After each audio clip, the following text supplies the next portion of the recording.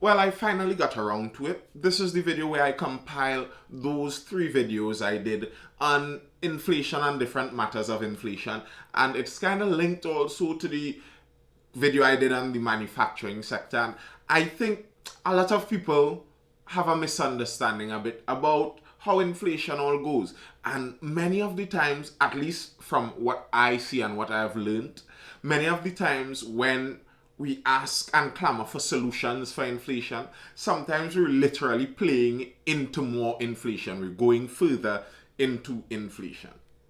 So we're going to do a brief review, not much of a review because I think the content was pretty well explained. It's just mostly a compilation, so we could see them all in the same place at the same time. For those who would like to do that, if you've seen it enough times, well, you can skip this video. But before you skip, make sure you click that like button and tell me, hey, I skipped this, hard luck. At least drop a comment for me in the meantime. And I give you my word, I'm not as narcissistic as it might seem, me reviewing my own content, but this, you must admit, is some quality content. So the first video was pretty far back. You could say, if you were watching some of my content in the earlies, this whole inflation and the upward rise of the food bills and the food prices shouldn't really be a surprise. Not because it's my content, but because it was in the news actually for quite some time. If you were paying attention enough, this was being signaled since the start of this year that, hey, the prices are already on the way up and they aren't looking like they are going to be heading down anytime soon. Okay, the supply chain is the first video, and this one was from since the 4th of the 8th, that would be the 4th of August, I believe. You know, when I see the numerical form of the months of the year, many times I have to go through the entire list to get which month it is. Especially in, like, if you tell me the 12th month or the first and second month, okay, we're fine. But when we start to get into those middle months, I start to have to go through all. Anyway, it's from the 4th of August and it's entitled The Supply Chain. I like the independent entrepreneurial spirit that you see growing in a lot of young people in Trinidad and Tobago. Some people kind of make a joke about it, but I think it's a good thing that everyone is an entrepreneur and everyone is a small business owner. Even the trivial seeming package delivery businesses where they basically shop for you and deliver it in a pretty package to someone. It might not be a service for everyone, but it certainly is a service for some people. But a lot of those businesses are only really possible because of the globally super connected world that we currently live in. So you could have a package that has raw materials from Africa, labor from China, and branding and marketing from the United States, and it's delivered to this tiny dot of an island in a week's time. And that's exactly where a lot of the lockdowns are hitting the hardest. The supermarket owners and importers recently came out to explain the cause for some of the high food prices and why they expect them to continue rising. You see, if a container is locked down in a country somewhere and there are fewer containers on the open market, then people may start to auction containers, and you need a container to import things. So if a container is now 3 times the price it was before, the goods that were imported in it. Sugar is bulky and cheap, so with limited containers, shippers aren't really interested in shipping it. So we're struggling to import granulated sugar, and we don't produce any locally. But who needs white sugar? Well, maybe someone producing ketchup might. And what if you just started a brand new small business that has a beastly new source that needs gallons of that same ketchup? You see, that's the thing with lockdowns. When you're comparing it to COVID, the urgency and importance of COVID could seem very immediate, while the effects of the lockdowns may be delayed for quite some time. But they are there. The lockdowns aren't just stay home, save lives, and who needs to eat at a restaurant. They have a global ripple effect, an effect that we may only just be starting to feel. And I guess we were just starting to feel it then, and we're continuing to feel it now. The supply chain is a large part of what is affecting the prices all around the world. When the supply chain is affected, prices, remember, these supply chains extend across the entire world. If you inhibit one part of it, the ripple effect that it has would not be solved by just restarting the one part that was inhibited. The entirety of the supply chain needs to be, as it were, reconstructed. Now, that is a time with actually a lot of opportunity if you are willing to take it. Because with the disturbed supply chains, you could get yourself into some new supply chains that are being formed. And I think these times are actually times with great opportunity, but there are also times where it's very difficult for some people also. And even if you are someone who could seize the opportunities in these times, it cannot be discounted the increased level of difficulty on some people who may least be able to afford it. And then the second video in the series on inflation was literally titled Inflation. This one would have also been from August. It would have been from the 11th. So that was like a week apart, like literally a week. So one was explaining the supply chain. Now this one was a little more general on inflation. Inflation is on the rise globally. Wherever you look, the price for goods and services is increasing.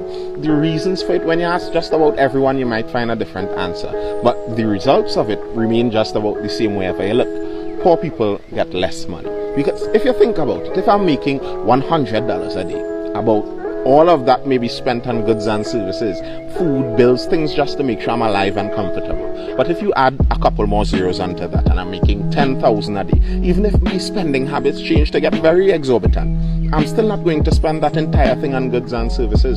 So the fluctuation in the price of goods and services might affect 50% of my earnings if I'm a very rich man. But if I'm already struggling and I'm already spending 100% of my earnings on goods and services and the prices for them increase, what's going to happen to me? But if you're making enough to not have to spend everything you own on goods and services, very likely that extra bit of wealth would be stored as assets or even as the goods that are increasing in price. And everyone sees the prices increasing, so they clamor for some higher wages, and you get it. And then the prices increase too. So you end up with more cash money in your pocket, but less value to your name. Inflation has a way of increasing the value of the way in which the richest people store their wealth and decreasing the value of the way in which the poorest people store theirs. And somehow I struggle to think that is a coincidence. And I still struggle to think that is a coincidence because it is not a coincidence. A lot of the people who control the monetary systems are the very people who are getting the most wealth out of it.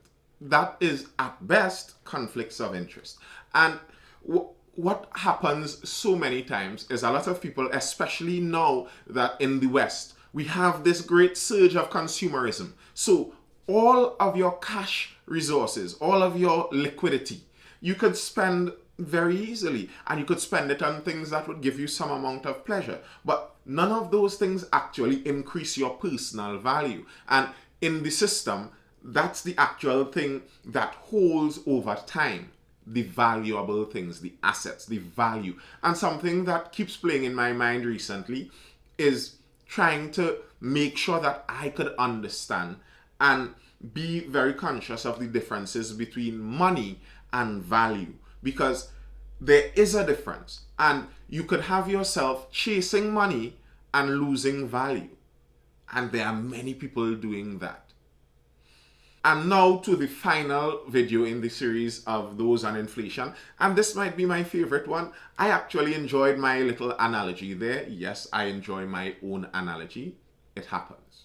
So let's take it in. There are many possible different reasons for inflation. That's what I said in the last contemplation. And someone said that they'd like to see the reasons. So here's a possible one. Central banks that print money. Let's imagine a scenario, a very small community with a very small economy. One person has a well that produces water, one person has a farm that produces potatoes, and one person has another farm that produces chickens. And if they trade well enough, they could get a complete meal of water, potatoes, and chicken by the end of the week. If you want to trade, you have to figure out an exchange rate. So how much of one thing exchanges for how much of the other. So let's say they use a week's worth as their exchange rate. In 1 week, a person would use 2 buckets of water, 10 potatoes, and 1 chicken. So that's the exchange rate. 2 buckets for 10 potatoes for 1 chicken. Now, if I'm the water guy and I want chickens, but the chicken guy has enough water, but he wants potatoes, I'd have to go over to Mr. Potato with some water, exchange it, and carry the potatoes all the way over to Mr. Chicken, and then get my chicken. And who wants all that extra work? So we must devise a plan. We devise a plan to represent the value, and we call it a blip. 1 blip is worth 10 potatoes, 2 buckets of water, and 1 chicken. Simple enough, right? But we are just humble farmers, not printers. So we hire someone to print these blips first. But remember, a blip is only a representation of a real world value. Creating a new blip doesn't create a new chicken. So if our printer decides to go crazy and start to print blips like they're going out of style, it doesn't actually make new resources. It just changes the amount of blips required for the same amount of resources. But remember me, the waterman. I like chicken, and I was saving and stacking those blips. I had 50 of them saved. That was 50 chickens. I was going to have a feast. So what is going to happen now if our printer prints enough blips that 50 blips are worth 1 chicken? That printer stole 49 chicken worth of value from me. I'm the water guy though, so although the savings I have would be losing value, the water I have would be gaining. But what happens in a system like this if you're someone who doesn't own water, doesn't own potatoes, nor do you own chickens? All you get are a couple of blips every week to make sure you stay alive. And these blips are losing value. So every time you save a little more, it's worth a little less. That's value. You're looking for the thing that keeps value, that people want, regardless of how money passes, regardless of the value they say the money has. Right now in the US, they want to increase their debt ceiling because they continue spending money they don't have, as many governments do. But the difference is they're actually printing it. Our debts, we have to pay. Their debts, they print out of it. And the problem with that is that we are all linked to their dollars. So as they print those blips, yes, those blips, as they continue printing them, we have to buy them from them. So they're stealing the value from us. So I have no interest in them raising their debt ceiling. Their debt ceiling could remain as is for my part. And if you look at it, in the US, they're talking, one side is talking about minting $1 trillion coin to raise the debt ceiling. So they go to their mint, print this platinum, I believe it was, platinum coin, and say it's worth $1 trillion and drop it off at the Federal Reserve. Now the government has $1 trillion more. That is ridiculous. That is monopoly money nonsense. That is why the system has value fluctuating like that. That's why the price of something could change overnight while the actual value of it doesn't change. The value, what I think a bread is worth to me, that doesn't really change. What I think some product might be worth to me may not actually change, while the price on the product may be fluctuating up and down like crazy, because we're in a system where people are artificially manipulating the money in the system, and then we're seeing it seeming like the values are artificially being manipulated too. That's one of the problems there. We are in a system that is constantly being manipulated. I think one of the solutions to that is understanding very clearly the difference between money and value. And many of the wealthier people understand this very well. That's why when people talk about the richest men in the world, and they're talking about they could solve world hunger with 1% of their wealth. Like when you see Jeff Bezos worth a couple $100 billion, he has that in cash in his pocket and he could take out $1 billion and solve world hunger and pay for food for everyone. That's not what it means. It means that in his assets, all the value he has to his name is somewhere up around that worth. Very likely he would have as little cash as he needs available to him at that moment, because he understands the value of the cash changes. While if you take all that cash, sometimes we frown at those drug dealers who spend all their money on their gold, and it looks kind of silly, the amount of gold you see around one person's neck. But if someone spent $100,000 in gold somewhere back in 1999, they bought $100,000 in gold.